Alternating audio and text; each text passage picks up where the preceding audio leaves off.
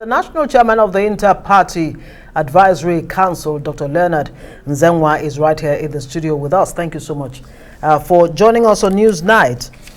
Well, based on Sumner's report there, IPAC, which you lead, actually believes that this is victory for democracy.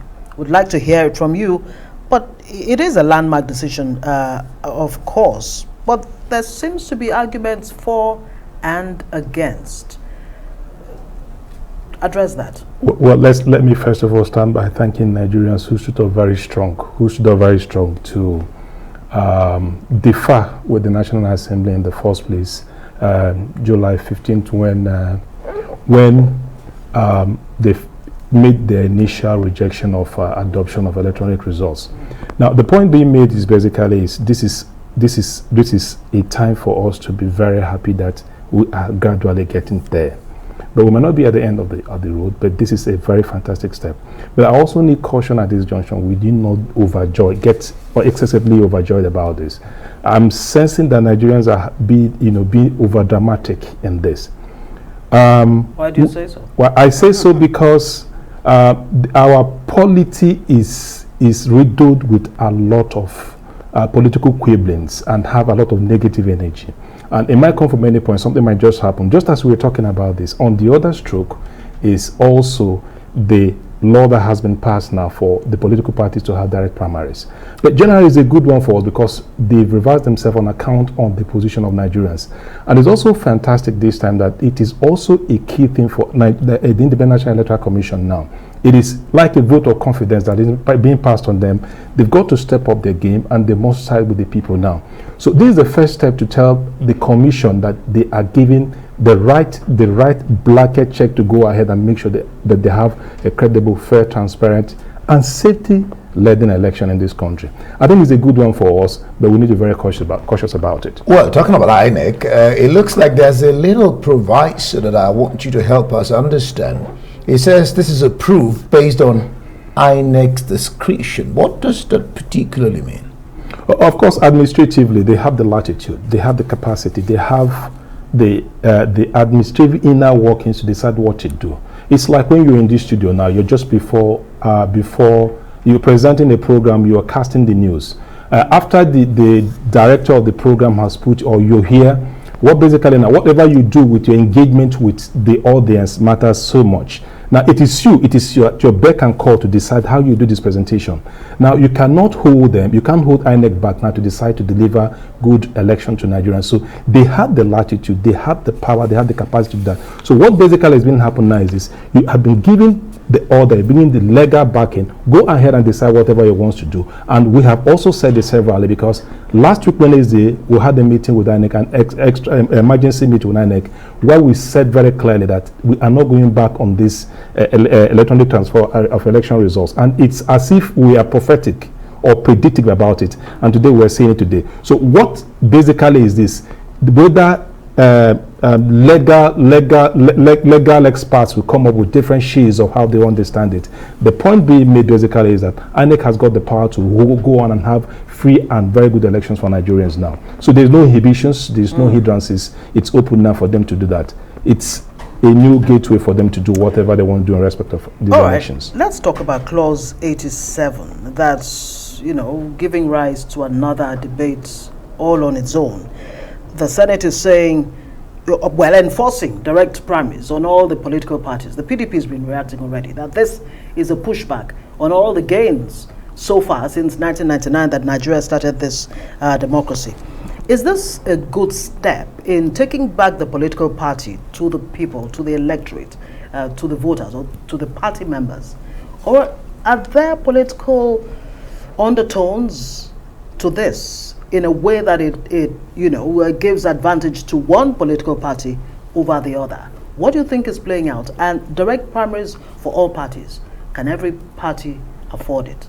Okay, to a non-politician, the way we look at it, we say it's a huru for Nigerians to have an opportunity to relate and engage with political parties much more better.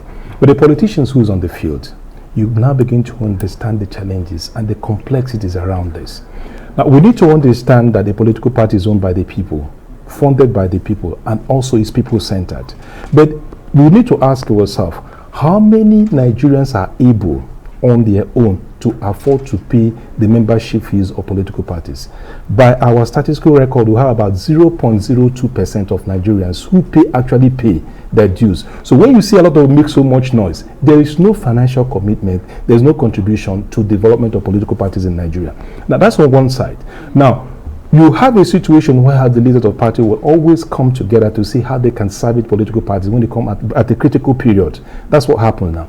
Now, when we open the space for the larger political ecosystem and you have several Nigerians coming into the fray, it's a fantastic thing. But we need to also interdict the motivation, the reasons why this is being done. Now, there are those that are classified as the old generation political parties. In some parlance, we say these are Methuselah-centered political parties. But in this sense, when we're looking at the younger political parties that are just growing up, do they have the capacity to do that? Yes, they have limited numbers. But we need to understand as well that even as the older generation party might have greater number in terms of those who have financial capacity to do that, can we just for 1 second look at it, a situation, can we mobilize as much as 2 million, for instance, to have them in an arena, in a stadium, to do a direct primaries? It's a very cumbersome process. The first thing you've got to understand is this. Well, I know the pushback is let the political parties go back and begin to grow capacities in this respect. That will be the pushback. And logistics. And the logistics and all that now. But you ask yourself, are these political parties funded to do this? No. They are not funded to do this. And that's where you have a head start comes for the two political parties, leaving other political parties to do all this. So it's something that we also need to interdict the motivation behind this particular thing. Well, on a very good note, it's a good step in the right direction, but the motivation we think is ill-conceived, and that's what we are questioning, and that's what we need to interdict at this All time. right, good defense. On the flip side, the argument is that when you do indirect, it opens up the space for manipulation because you gather delegates and you can, throw money across. And then I'll probably ask you or say that even in the general elections, you don't have all the people who are registered voting. So your members are what you can gather and put together.